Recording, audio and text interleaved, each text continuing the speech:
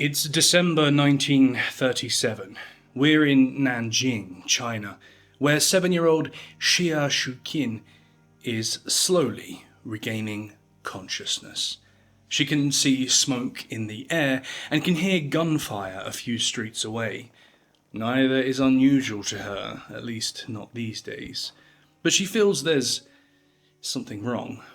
Her head, it aches terribly. As she rubs her scalp, it all comes back to her. The soldiers bursting through the door, the screaming, the threats, the Japanese rifle butt aimed at her temple, followed by a swift strike to the head. But she's awake now, and like any other confused child, she calls out for her mother. There's no reply, so she calls again, but louder, and still no response. Climbing slowly to her feet, Shuqin sees why. Her mother's brutalized body lies on the floor, without any clothes, dead still, beside the kitchen table. In a daze, the little girl wanders out into the courtyard. Out there, she finds the body of her teenage sister. It is also stripped bare in the bitter midwinter. Nearby, her infant sister has been dispatched too, and then tossed aside as though she were naught but a piece of rubbish. Young Shuqin has no experience of death. She doesn't understand why her family won't wake up. She'll later testify, "I went around and shook everyone. Not a living soul." For more than 3 months, between 1937 to 1938, Nanjing ceased to be a city of the living. Instead, it became a place in which the grimmest torments of hell were made real upon the earth. An oblivion, populated by only the tormented, the tormentors, and the dead. As such, the Xia family is just one of countless victims who became the playthings of soldiers before being slaughtered hideously and without reason. Shuqin also was just one of many survivors. Plenty of Nanjing's children found themselves crying alone in that freezing winter, surrounded by the fallen bodies of their parents and siblings. Across the city, the same basic stories play out again and again, but each with their own heartbreaking details of human suffering and human evil. Today, we look at Nanjing, but please be advised, this is a harrowing tale from start to finish. There are no silver linings to be found here.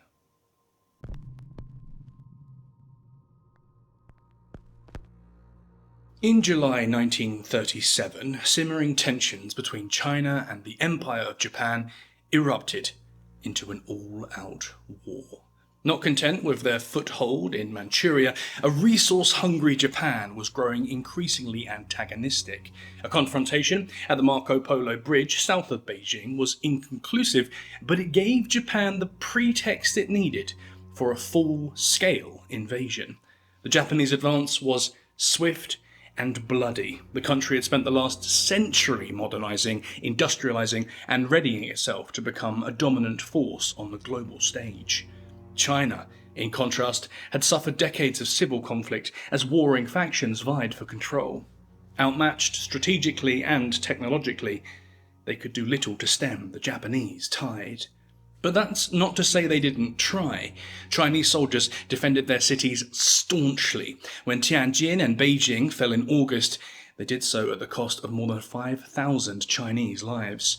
At Shanghai that autumn, close to 67,000 Chinese troops died in a 3-month battle. Unhindered by Chinese resistance, the double pincers of the Shanghai Expeditionary Force under Prince Yasuhiko Osaka and the 10th Army under Heisuke Yanagawa were closing on Nanjing. Together, they formed the Central China Area Army, with General Iwane Matsui at its head. But the advance was far too quick. Units raced way ahead of schedule, tearing across the flat plains of China's central eastern region. On average, these units were covering 25 miles a day. This placed them far beyond the scope of their supply lines, a usually fatal error, but the Japanese troops found a solution to this problem. Whenever they reached a Chinese village, they'd just take what they wanted from it. Anything the soldiers desired was considered fair game. One Japanese journalist embedded with the advancing forces said, "The reason that the army is advancing to Nanjing quite rapidly is due to the tacit consent among the officers and men that they could loot and commit crimes as they wish. And once they were done with the village, they'd burn it to the ground. Sometimes they'd burn the villagers too." At Nanqiantao, between Shanghai and Nanjing, Japanese troops torched some of the houses, with residents locked inside them. While other villagers watched on in disbelief, young children were torn from the arms of their mothers and thrown into the flames. All of this was a horrifying prelude to what would follow in Nanjing itself. Further details of these raids are too extreme to mention on YouTube, so some sections here and elsewhere in the video have been censored. You can head to our Patreon, where we've posted a completely uncensored version of this video. Across the region, in cities like Suzhou and Taishan, entire communities were wiped out. The men were rounded up and killed quickly. For women and children, the end was not so merciful. Horrific violence and violation were inflicted on them. Many were tortured to death. As a result, huge groups of civilians began to flee. They headed out on the road, unsure of where they were going, or even if they could outpace the rapid Japanese advance.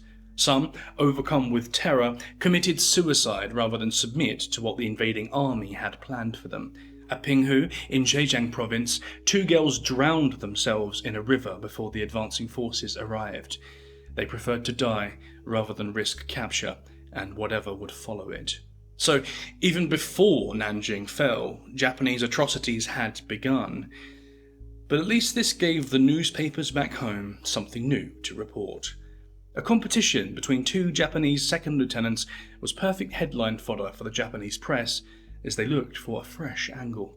Lieutenants Toshiaki Mukai and Tsuyoshi Noda, the excited reporters told us, were engaged in a valorous test of skill and ingenuity. As their units raced across the countryside, each was competing to be the first to kill 100 Chinese soldiers at the point of their sword. In the hours before Nanjing fell, both had surpassed their target, and since there'd been no clear winner, the 2 brave lieutenants set another goal: 150. The Tokyo Nichi-Nichi Shimbun newspaper followed the story feverishly, as if reporting on a football match. 100-man killing super record. Mukai, 106. Noda, 105. The 2 second lieutenants to continue the contest in overtime. Any idea of a pair of chivalrous warriors challenging people to hand-to-hand combat like the samurai of old is a complete falsehood. The lieutenants cheated their way to those big numbers. Noda would even admit this. "I killed only 4 or 5 with a sword in combat. After we captured an enemy trench, we'd tell them, 'Ni lai lai, you, come. The Chinese soldiers were stupid enough to come out of the trench towards us, one after another. We'd line them up and cut them down, from one end to the other.'" There is some debate about whether this competition ever took place at all, but Noda's own admission certainly suggests it did. In any instance, a war crime tribunal found enough evidence to convict them both, and they faced a firing squad on January 28, 1948. Fittingly, in Nanjing itself. But when the city actually fell on December 13, 1937, around 2,000 Japanese soldiers lay dead. Chinese forces had lost at least 47,000 men. Some believe the real number is double this. For the survivors, though, the nightmare was just beginning. With the city of Nanjing now in Japanese hands, the invading forces began the process of pacifying it. First, this meant dealing with the thousands of captured soldiers in the city. Leading the Shanghai Expeditionary Force, Prince Asaka offered his own simple solution. All Chinese prisoners of war must be killed. With this command, the first domino of an atrocity had fallen. On December 16th, 1937, morning dawned hard and cold. At Nanjing's guest house for overseas Chinese, defeated Chinese soldiers huddled for warmth. But it wasn't just soldiers who were imprisoned in the guest house. There were civilians too, and the reason for this mix of captives was quite simple. All Chinese military units had by now surrendered, but the Japanese forces had grown obsessed with plainclothes soldiers, resistance fighters who had ditched their uniforms. A directive issued on December 13th read, "Since the defeated enemy soldiers are believed to be in plainclothes, you must arrest any person who is suspected of being so, and detain him at an appropriate location." This meant all men of fighting age, basically anyone from 15 to 45, were under suspicion. A ring of paler skin on the forehead could indicate a military cap. Bruising or marks on the right shoulder may imply the accused had carried a rifle. The slightest bit of evidence to suggest a plainclothes soldier meant arrest. But while these plainclothes soldiers were a threat, Japanese troops used the paranoia as an excuse to arrest basically anyone they wanted. And so women and children, people who couldn't possibly have been in the Kuomintang armies, found themselves mixed up in the group of prisoners. This may have actually been some comfort to the soldiers amongst them. They knew what happened to surrendering troops. They'd heard all about the executions at Shanghai and Tianjin. But now, maybe, with civilians amongst them, there'd be no executions. Instead, the Chinese soldiers hoped the entire group would be simply imprisoned. But with the orders of Prince Asaka ringing in the ears of their captors, the chance of mercy was slim. No Japanese soldier wanted to be accused of dissent, or be seen wavering from their duty. And so, some 5,000 captives were herded through the streets to the Zhongshan Pier, where the Yangtze snakes its way through the city. There, they were machine-gunned to death. Their bodies were either burned on pyres or they were tossed into the river, to float on down to the scene of China's other recent humiliation, Shanghai, and then to the sea. The mass executions at Zhongshan Pier made one thing very clear. Everyone was now a target. Civilians could be killed alongside soldiers. No one was safe, and right across Nanjing, the killing was indiscriminate. Jin Maoji was just a boy in 1937 and living with his family in Nanjing. He remembered how his father attempted to protest the atrocities committed in their neighbourhood. As Mr. Jin remonstrated with Japanese soldiers, one drew a sword and cut off his arm. Then the shooting began. Another story is told by Pan Qiaoying, who recalled hiding in a kitchen while her neighbours were rounded up. She watched as her grandmother, along with an old lady, a younger woman, and a newborn baby, were all dispatched with bayonets. For Shi Xiuying, also just a child at the time of the massacre, one of the most haunting memories was the frantic search for her missing father. When she finally found him, he was one of a pile of corpses. He'd been slaughtered and then tossed into a marsh. We heard from Xie Shuqing at the beginning of this video. She was only 7 when her family was attacked by Japanese soldiers, and she was knocked unconscious. When she awoke, she was greeted by a distressing scene. "I saw my mother without clothes, lying dead at the side of the table. My baby sister lay dead in the courtyard. My teenage sister was the same. They didn't even bother to cover her up." With so much horror unfolding across the city, and with so many former soldiers still hiding out in Nanjing, you might be tempted to ask, why was there no attempt to resist? Well, in fact, there was. While the prisoners were being put to death in Zhongshan Pier, as many as 57,000 prisoners awaited their own fate 5 miles away on Nanjing's Mufu mountain. Huddling in a freezing old barracks complex where the Jiajing tributary joins the broad Yangtze, they could probably hear the fatal machine gun fire from up the river. But it's possible they never noticed. Like at Zhongshan Pier, the prisoners here at Mufu were mainly surrendered soldiers with some civilians, including women and children, mixed in. A soldier named Tang Guangpu remembered the moans of the younger prisoners. On the first day, I could still hear the children crying. On the second day, there were only groans. And on the third day, even the breathing was scarce. There was no food and no water, so some chewed on frozen leather for sustenance. Others drank their own urine. Each day, Japanese soldiers would work through the line and select women for their own amusement. The women would later return an hour or so later with torn clothes and a haunted look in their eyes. Guangpu saw a father attempt to defend his own daughter from their jailers' attentions. He was bayoneted where he stood. It was obvious that the Japanese soldiers cared little for the survival of their captives. Nonetheless, the prisoners at Mungfu noticed that the Japanese hadn't simply mown them down from the beginning. Had things changed somehow? Were Japanese soldiers suddenly feeling merciful? No. The only reason the Chinese prisoners had stayed breathing for so long was because of cold logistical consideration. Nothing more. As it turns out, executing thousands of people en masse is hard work, especially when ammunition is to be conserved. Tragically, another directive solved the problem. Make groups of dozens each, tie them up, and shoot them. So, the Japanese units on Wufu Mountain set about doing exactly that. Groups of prisoners were lashed together and herded into rows. Once tied, they would be marched down the mountain and through the cleft of the Kiaozi Gorge. Here, they'd reach an old coal pore on the banks of the Yangtze, where the machine guns would be waiting for them.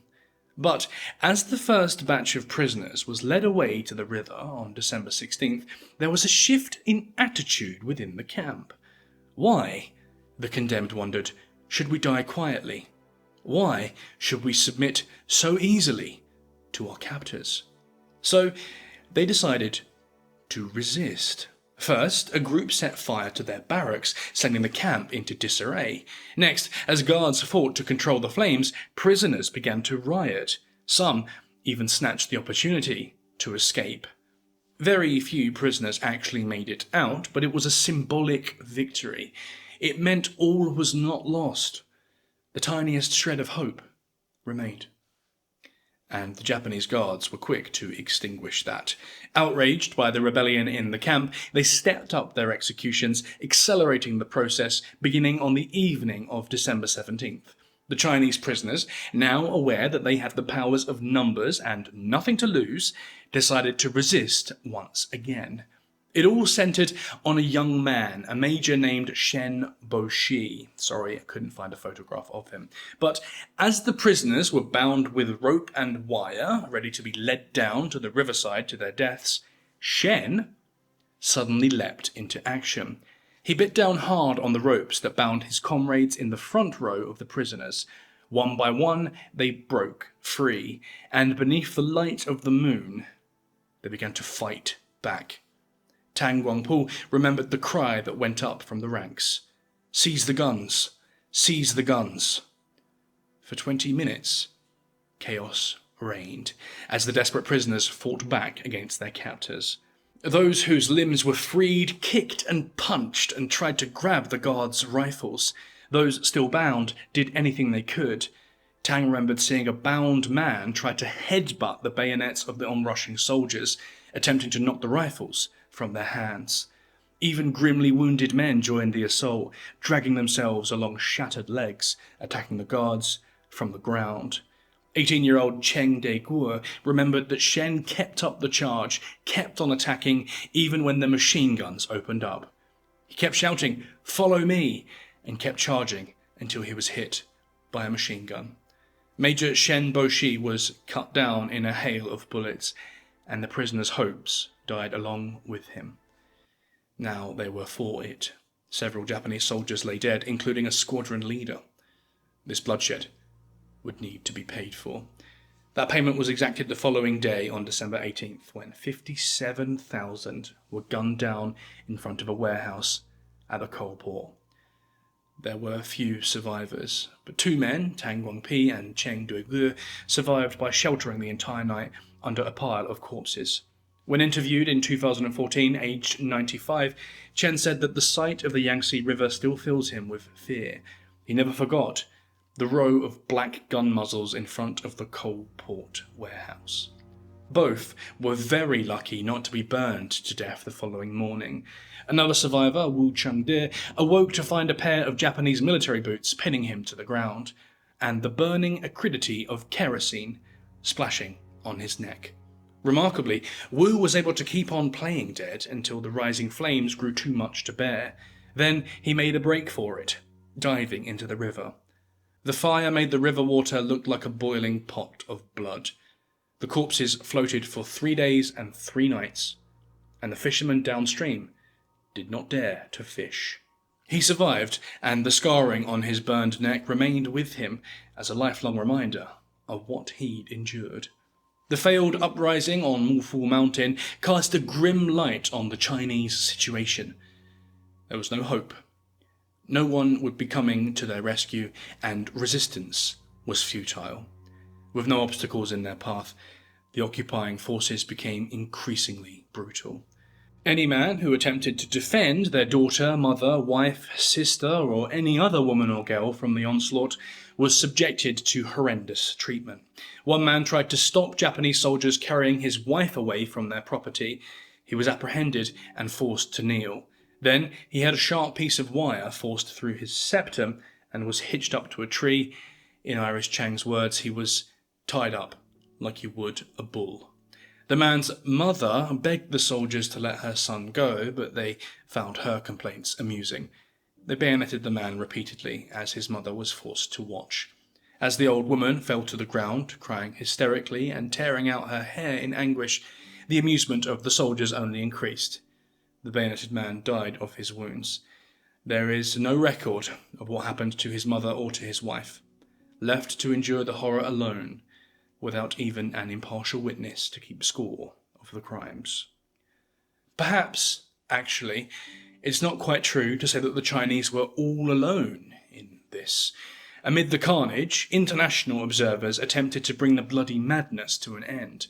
The most famous of these was John Rabe. Born in Hamburg in 1882, John Rabe was head of the Nanjing branch of the German Siemens Company during the Japanese invasion. As a member of the Nazi Party, he petitioned Hitler for assistance in creating the Nanking Safety Zone, a place in which civilians and non-combatants could remain safe as the Japanese advanced. By late November, 3.86 square kilometres of Nanjing had been set aside. By December 17th, as brutal violence raged across the city, 50,000 refugees had flocked into this safe zone. 4 days later, 20,000 more had arrived. The zone and its management committee may have saved around 250,000 lives in total. But the Japanese forces were not best pleased with the existence of a safety zone. Right from the beginning, they'd alleged that Chinese troops were hiding out within its boundaries. And there is likely some truth to this. Some former troops did seek sanctuary in this area. But in response, the Japanese were predictably brutal and heavy-handed. They simply lobbed hand grenades into the zone from outside, killing and maiming indiscriminately. Whether they succeeded in killing a disguised soldier, we have no idea. It's likely that they had no idea either. But in the end, even if hell had been brought to earth, this chaos could never last. There is some dispute over when the massacre actually came to an end. It was in January 1938 that the Japanese forces declared the massacre over. They dissolved the safety zone and told all refugees to return to their homes. This gives us the commonly used 6-week time frame, but that doesn't take into account the killings before the fall of Nanjing, and it's also likely that violation and murder continued beyond January. Outrages were still being reported right up until the 28th of March 1938, when the formation of the Chinese Collaborative Government brought a temporary end to hostilities. With such an open-ended timeline, though, it's difficult to know just how many people lost their lives in the massacre. Estimates range from 100,000 to more than 200,000, and if we expand the scope to cover the nearby countryside and suburbs, the total could be above 340,000.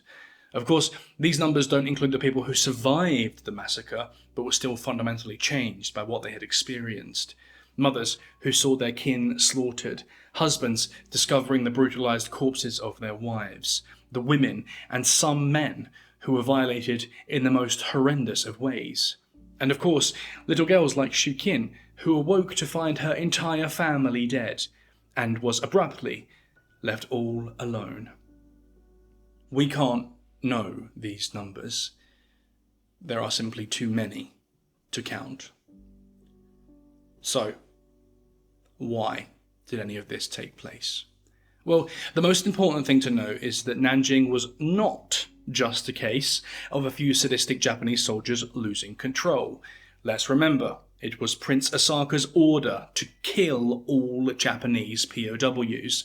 The license to murder came from the top down. But that being said, it's not just a case of soldiers taking the prince's order too far either. You need only listen to some of the language these soldiers used. Kozo Tadokoro said, "We poured gasoline on them and burned them alive." I felt like I was killing pigs. And Shiro Azuma, "We were taught that we were a superior race, but the Chinese were not. So we held nothing but contempt for them. There was much SA, and the women were always killed." This is the key to what happened at Nanjing. The massacre happened because of dehumanization. It was something more than just hatred. It was the racist idea of an enemy that is something less than a person, something not deserving of decency and dignity. In fact, a brutal episode like Nanjing can only be made possible through dehumanization. One or two psychopaths might be able to carry out these kinds of atrocities without much encouragement, but not entire units worth of men, not entire armies, and not over more than 3 months. Killing of this scale, of this duration, needs an ideological framework, a twisted moral purpose. And from the emperor on the chrysanthemum throne, to the teacher in the high school classroom, to the drill sergeant at the training barracks, all of these were part of an imperial machine that preached racial and cultural superiority above all others, but above one other in particular, their neighbours across the East China Sea. And what must surely be one of humanity's most traumatic and distressing chapters.